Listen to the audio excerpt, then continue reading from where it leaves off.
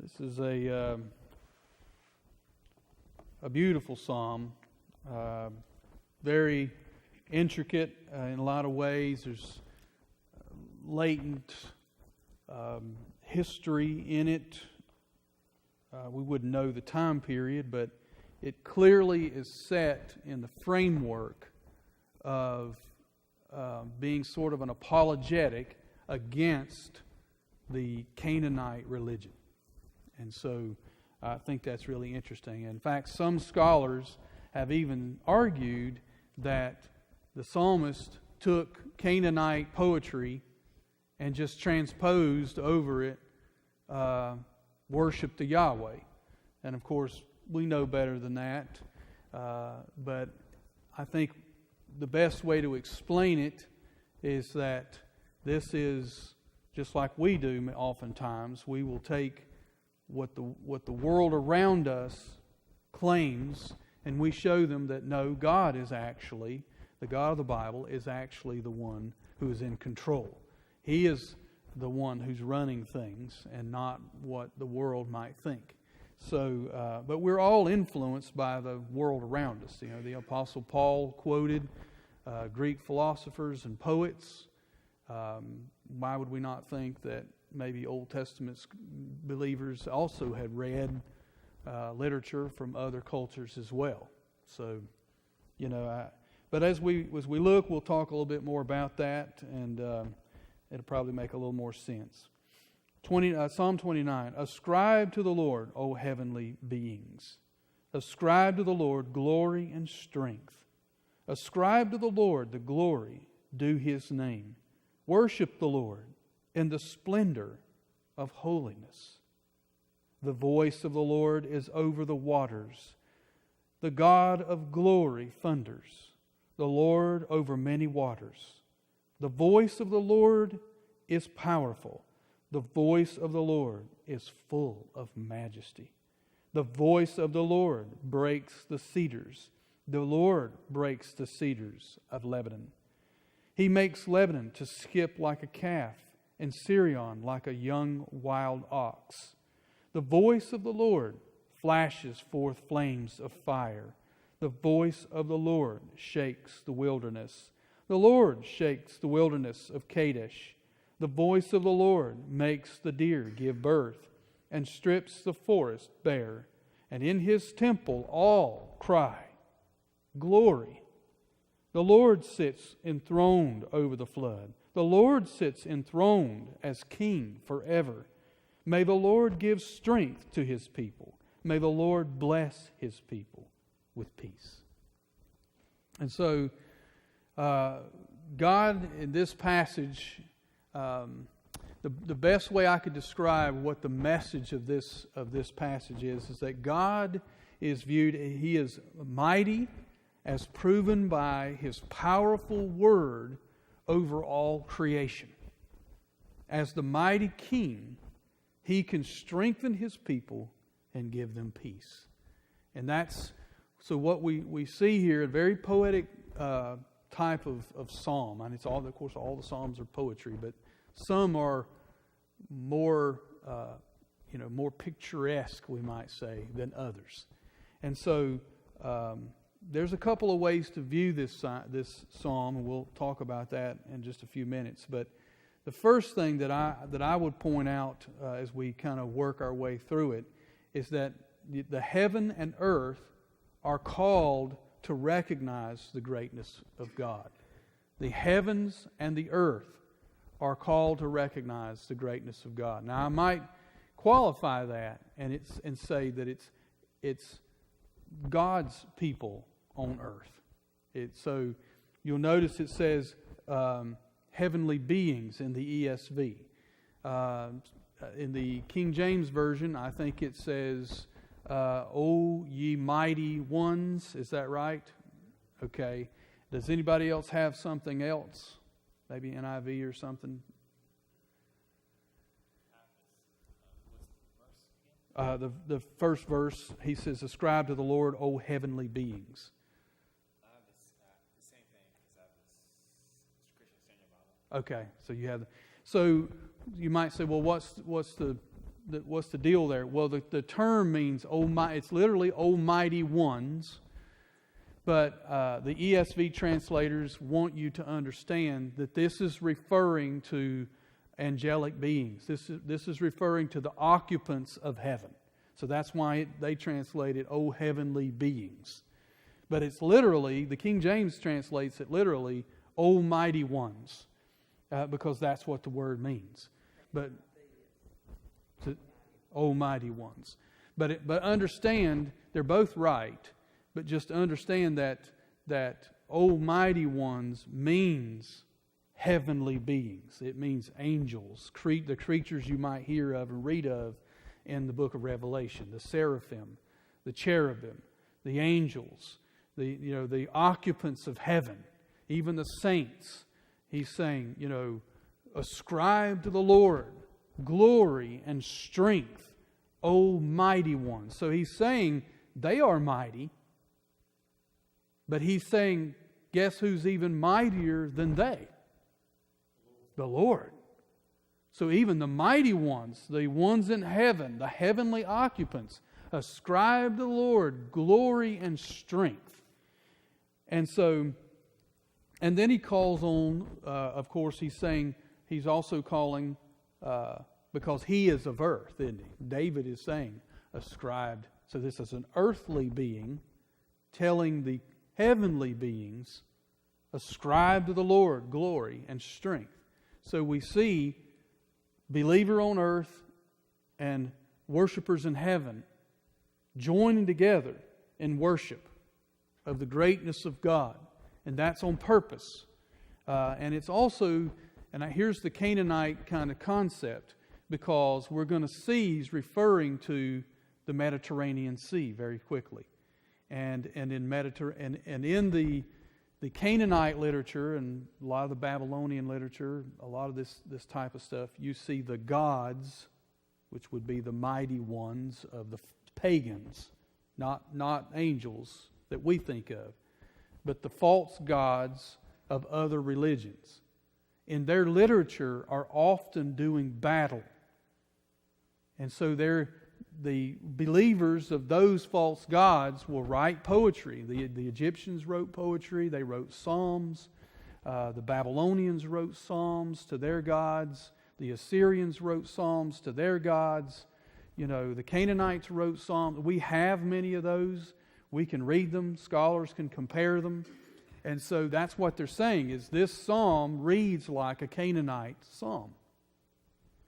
Because you've got the heavenly beings being addressed and being told to do something. Okay, but here's the difference.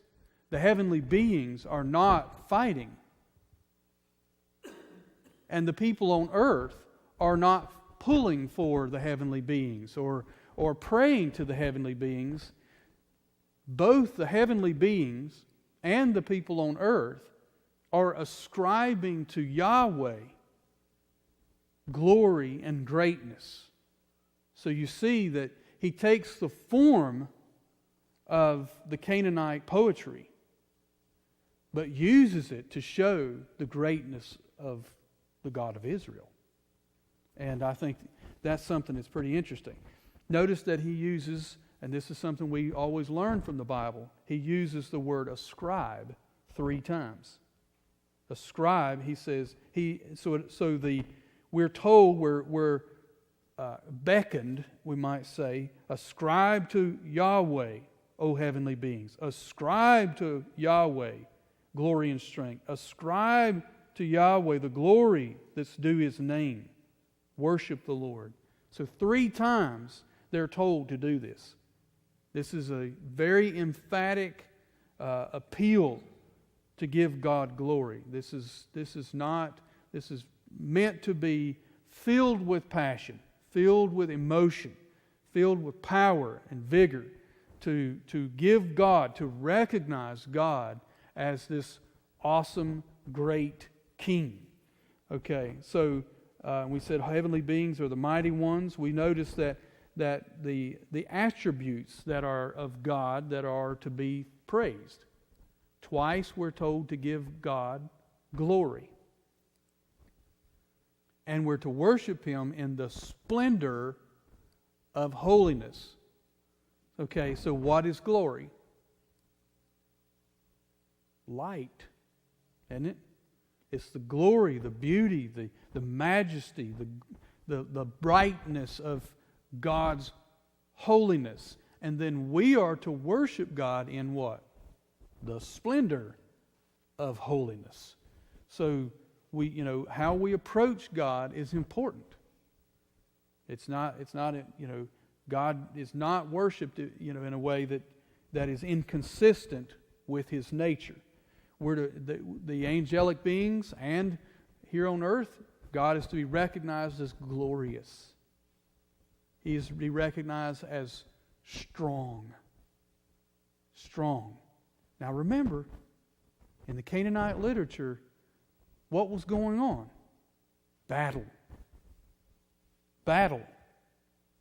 Guess what? The idea of battle is in this as well.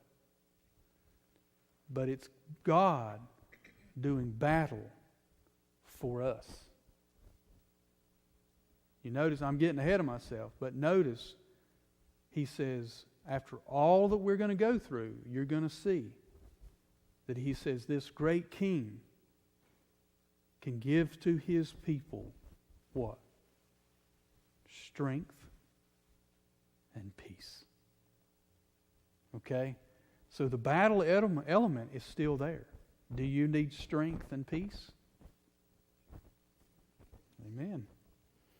So because our worship, and why do we do? So God's earthly congregation joins with the congregation of heavenly beings to worship the great King. And why? Well, because worship is due His name. That's what He says. It's due Him. Now, if you or I were to stand up and demand worship, that would be idolatry. That would be arrogance. That would be pride. All that. But God is to be ascribed glory and strength and to be worshipped in the splendor of holiness. Why? Because it's due Him. You say, well, why is it due Him? That leads us to number 2.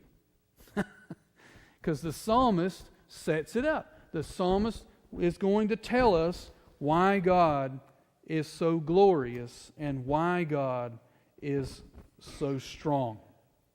So the second thing we see, God's power and majesty is shown by His authority over creation. Look at verses 3 through 9. The voice of the Lord is over the waters. The God of glory thunders. The Lord over many waters. The voice of the Lord is powerful. The voice of the Lord is full of majesty. The voice of the Lord breaks the cedars. The Lord breaks the cedars of Lebanon. He makes Lebanon to skip like a calf and Sirion like a young ox. The voice of the Lord flashes forth flames of fire. The voice of the Lord shakes the wilderness. The Lord shakes the wilderness of Kadesh. The voice of the Lord makes the deer give birth and strips the forest bare. And in His temple all cry, glory. Why do they cry glory? Because God is so great. God is so amazing. God is so powerful. And I would suggest that any church that's not doing this right here is not worshiping God. We ought to come before God with awe and being awestruck every time. And if we're not, guess who the problem is with? It's us. Because we're not seeing God for who He is. We're not realizing the God whom we serve. We've allowed other things to cloud our vision of Him. You know what's interesting? The reason why the Israel didn't say His name out loud, because they were so terrified of just using God's name. Because glory actually means weight. Yeah. It's very weighty, basically. And God takes His name seriously, so if they said it, basically they fear that they'll drop dead, basically. Yeah. That's why they use the word Lord, because they didn't want to say the word Yahweh. They were afraid. They're afraid they would drop dead. Afraid they would use it in vain. And so they use the word Lord. And so, yes, we need to approach God with a holiness, not terror, but a great love of God, a great reverence, an awestruckness, if I can say that, like the psalmist is portraying right here. And so we see His power and His majesty over creation, His authority over creation. Okay, now is this the God we serve today? Let's ask that question. The first thing we see is that Yahweh rules over the storm of the sea. So what's happening here? There's two ways of picturing this passage.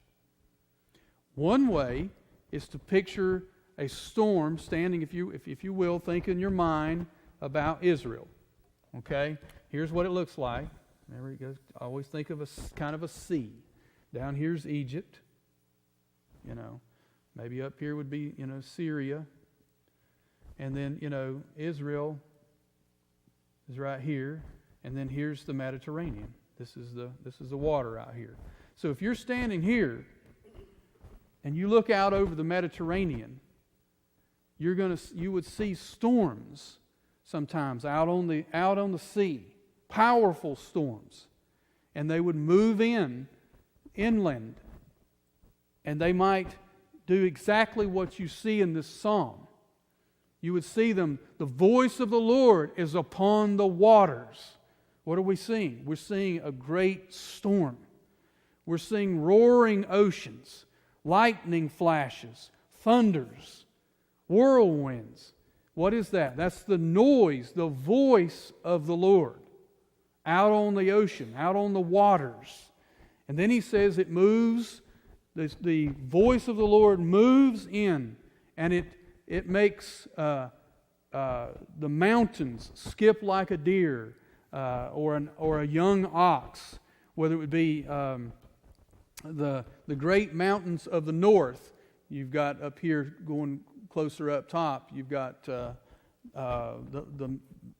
Mount Hermon and the Mount of Lebanon, which is where the cedars of Lebanon were, the giant cedars. Okay, and so he's saying that this storm would move in off the Mediterranean. It would hit the mountains. It would hit the great cedars. Now remember, in their mind, here's the Mediterranean, a massive, powerful sea. The waves are powerful. The storm comes in. This is very dangerous. They also would look at Mount Hermon and the Mount of Lebanon, and they would see these are imposing, 10,000 foot above sea level, and yet God makes them jump around like a young ox. Who makes a mountain move like that? God. Who can splinter the cedars of Lebanon like a twig? You can think of a hurricane or a tornado going through and it shatters trees and knocks down houses. If you ever watched any of those videos, you've seen, a hurricane move up on a big 2-story plank house, and it just grabs hold of that and boards, and it's just gone. That's what's being envisioned here, is this giant storm moving off the Mediterranean, hitting the wood, the mountains, and shaking the mountains, and tearing down cedar trees, and He's Lord over the animal life. It moves into the desert land eventually. So that's one way of seeing this psalm, and I think I've preached it that way. I can see that clearly being the case. There's another way you can see the psalm, and that is that the psalmist is not really picturing the movement of a storm, but he's just saying that God is in control of that storm on the ocean. God can shake these mountains that you look at all the time that are so amazing. If you lived, near the Rockies, you might constantly be looking up at the Rockies and how amazing they are. God could take those and shake them like they're nothing. The voice of God is heard in the desert. This wasteland, this barren wasteland that you think, well, is God in control of this? Is God over that? Can God help people there? Does God speak to people there? Yes, God's voice is over the wilderness of Kadesh, which was a desert land. Okay? God's authority. So Yahweh rules over the storm of the sea. Yahweh rules over the great mountains to the north. Yahweh rules over the vast desert lands. Yahweh rules over the animals and the great forests. And so we could see, it's one way or the other. The end result's almost the same, but one way it pictures a vast storm moving from the Mediterranean across these varied landscapes, and that pictures the power of God.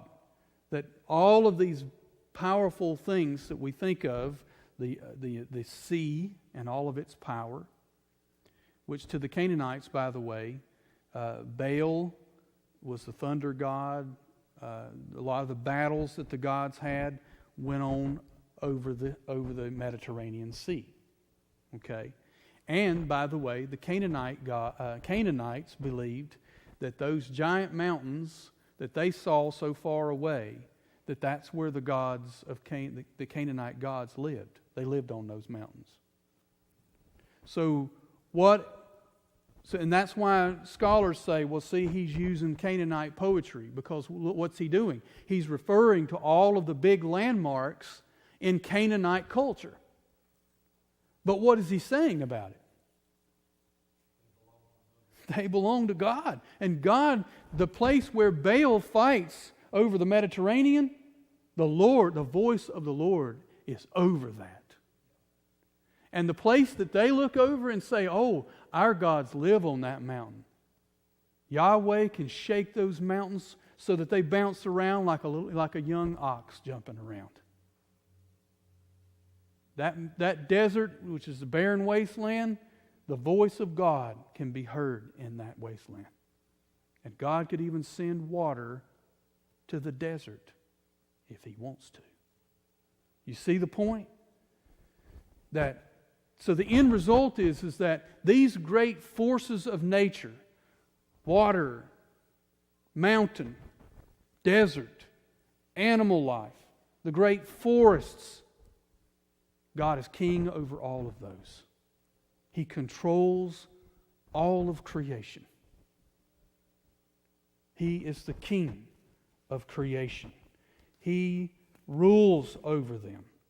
We return to the solemn call then in verses 1 and 2 to worship the Lord by ascribing to Him glory and strength, because it's due Him. The worshiper's response, what's the worshiper's response?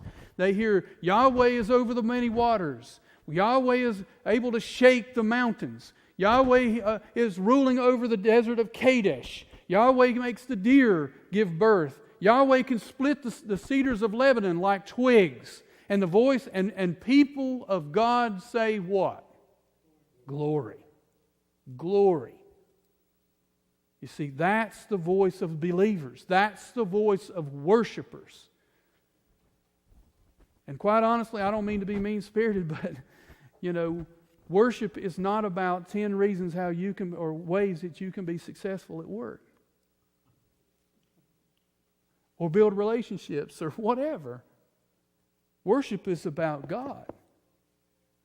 It's about this majestic, awesome, powerful God who has condescended to love us in Jesus Christ, to send His own Son to die for us. This God, which, by the way, can anybody tell me a time when Yahweh proved that He was in control of a storm?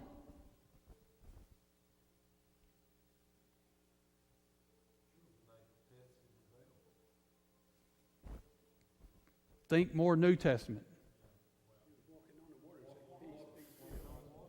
Right. Remember that? Jesus is on the boat. He's asleep because he's exhausted. He's in the Sea of Galilee. The storm hits, and in that region, the Sea of Galilee, because it's positioning, they said that the air can drop really fast, so you can go from crystal clear water, lake, it's a giant lake, but it's a sea, to suddenly be in a terrible storm in a matter of minutes. And so here they are, and this storm hits. Jesus is asleep.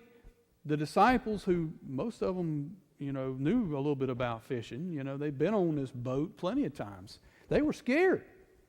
And they went to Jesus and woke him up and said, Lord, do you not care that we're perishing? And Jesus stands up and says, peace, be still. And the disciple says, who is this man that even the winds obey him? You see, the voice of the Lord is over the waters. He rules the waters. Now, is this only about weather? Is this only about, landscape and topography? No. This is about spiritual water, spiritual darkness, spiritual things that we face. It's about salvation that we need that can only come from the Lord. More than the greatest earthly king, Yahweh controls all things with the power of His voice. See, how you could tell that a king was great, that he could sit on his throne and say, do this, attack that, overtake this. You see? That's how you could tell he was so powerful. His voice, all he had to do was speak it, and it happened. Well, God is the greatest king. 7 times it says in here, the voice of the Lord. The voice of the Lord. The voice of the Lord. You know what it reminded me of immediately? And God said, let there be light. And there was light. You know that in the Hebrew it's literally 2 words? Light, be. It's not, and there was light. In Hebrew it was light, be. God didn't even say, let there be light. That's English. God said, light, come forth. Be. And there was light. That's all God has to say. To create it, make it happen. Fiat, creation out of nothing. And see, then we see, thirdly, God's people may rest in His rule. God's people may rest in His rule. You know, some people get afraid when you talk about God being a ruler, that God is sovereign, that God is in control.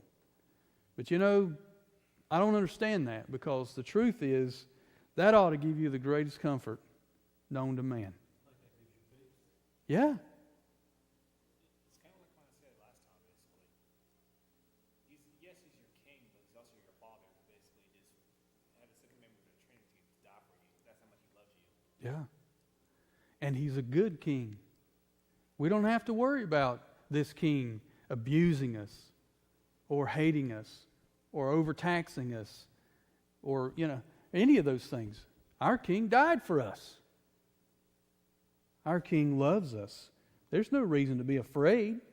In fact, it's through Him we have peace. And that's what He says. The Lord sits enthroned over the flood. Now, the Canaanites were afraid of the Mediterranean Sea. To them, it was the picture of chaos. Okay? The chaos that Baal, their god, fought with the Mediterranean Sea to overcome chaos. Well, you know what? God doesn't have to fight it. He sits enthroned over it. It's His. It's His. He's already in control of it. The Lord sits enthroned over the flood. The Lord sits enthroned as King forever. Forever. May the Lord give strength to His people. May the Lord bless His people with peace. The psalmist takes us back to the storm. The Lord sits enthroned over the flood. The Lord sits enthroned as forever as King. If we like, we may choose to see this as a storm flooding over, or to see that the psalmist is showing us that at every piece of this that imposing landscape, God is over all of that. Whichever, it doesn't matter. The end result is the same. God is in control of all of those great colossus that cause us fear, that threaten our soul, that He is victorious, that He is a King who is able to save us. And eventually He does do that in the Lord Jesus Christ. God is King over the flood and over the creation forever. Therefore, it is right for His people in heaven and on earth to seek His strength and His peace. And we've talked about it when we did our study of worship. We talked about how that, and it's not something we mention much, that's why I mention it now, how that when we worship, we join in with the worship of heaven. No body of believers is really ever worshiping alone. There's worship in heaven all the time. And when we worship, when we begin to sing, when we begin to praise Him, we are joining in with that chorus that's happening there of heaven, of angels, and of saints who have gone before us. And so that's something that I think is tremendous, to know that our worship joins with theirs, and always will. So, all right. Any questions or thoughts before we close with prayer? Isn't that a good psalm? It's encouraging. That it's like a storm?